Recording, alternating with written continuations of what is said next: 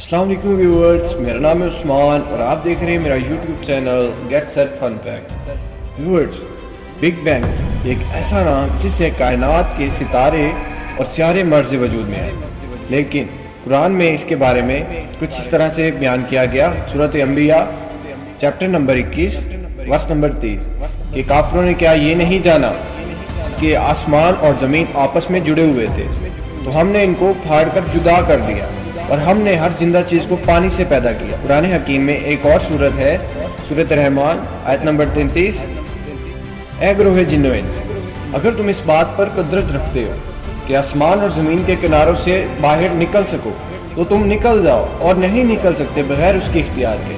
Viewers, हक और सच के ये अल्फाज हमारी अजीम और बाबरकत किताब कुरान मजीद फुरकान हमीद में बयान किए गए, जो बरहक है। यूएसए के मशहूर इकोलॉजिस्ट एलिस के मुताबिक ज़मीन इंसानों के लिए रहने का सही मरकज़ नहीं है, बल्कि हम किसी और सियारे की मखलूक है। उसने अपनी नई किताब में मुतअद्दिद खसूसियात की तरफ इशारा किया है कि इंसान ज़मीन पर दूसरे जानदारों के साथ क्यों अर्तका पजीर नहीं और दूसरे जानदारों की तरह क्यों ज़मीन पर ज़िंदगी गुजारने से कासिर है। एलिस के ख्याल के मुताबिक उसने इंसानों की ऐसी चंद खसूसियात बयान की हैं जिसके मुताबिक ज़मीन पर ज़िंदगी बसर करना मुश्किल है। इसमें पहले नंबर पर है बैक पेन, कमर का दर्द। एलिस के मुताबिक ज़मीनी कशिश शकल की वजह से ऐसे हालात का सामना करना पड़ता है क्योंकि सिवाय इंसानों के ज़मीन पर तमाम दरमियाने और बड़े जानवर सीधे नहीं चलते, और इंसानों का सीधा चलना जिससे कमर में दर्द का पैदा होना ज़मीन पर अर्तका के बेशतर कवानीन से मुताबिकत नहीं रखता।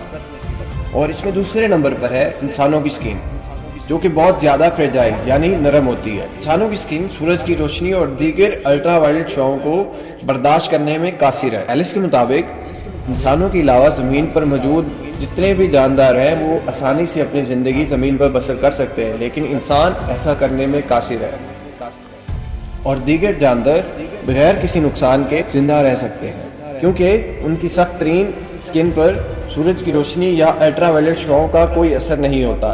एलिस के मुताबिक ज़मीन पर अर्तका के वक्त इंसानों के जिस्म पर बहुत ज़्यादा बाल हुआ करते थे, जो कि इंसानों को ऐसी खतरनाक तरीन शुआओं और तेज़ तरीन रोशनी और बीमारियों से महफूज रखते थे। लेकिन आहिस्ता आहिस्ता इंसानों में जिस्म पर घने बालों का रिवाज ख़त्म होता गया, जिससे इंसानों का ज़मीन पर ज़्यादा देर तक क़याम करना मुश्किल हुआ और ऐसी खतरनाक तरीन बीमारियों का सबब बना। एलिस के ख्याल में अगर इंसान ज़मीन पर कुदरती तौर पर पैदा हुआ है तो इस ज़मीन पर ख़राब मौसम में दूसरे जानवरों की तरह आसानी से बर्दाश्त करने के काबिल होना चाहिए।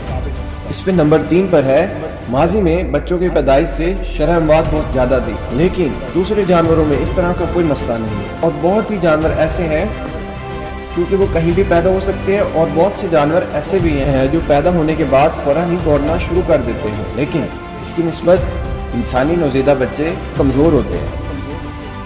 एलिस के मुताबिक इंसान इर्तिकाई नज़रिए में सबसे ऊपर के तौर पर ज़मीन के माहौल के मुताबिक नहीं है, और सबसे आखिर में जब इंसान बीमार होता है, जब उसे नज़ला, जुकाम या इस तरह की कोई भी बीमारी का सामना करता है तो उसे फल, सब्जी और इस तरह से खाने की दूसरी अशिया को हजम करने के लिए पकाने या बॉयल करने की ज़रूरत होती है, लेकिन दूसरे जानदारों में ऐसा हरगिज़ नहीं है।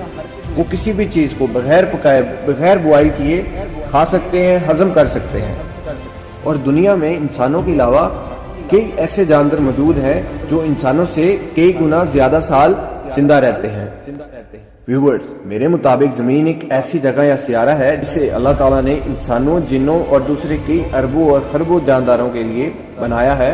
इंसानों और जिन्नों को अल्लाह ताला ने इस दुनिया में अपनी इबादत के लिए पैदा किया, और ये अब हम पर लाजिम है कि हम दुनिया में खतरनाक तरीन बीमारियों, मौसमियाती तब्दीलियों, दूसरे नुकसानदेह मराहिल से निकलने के लिए कुदरती वसाइल का किस तरह से इस्तेमाल करते हैं।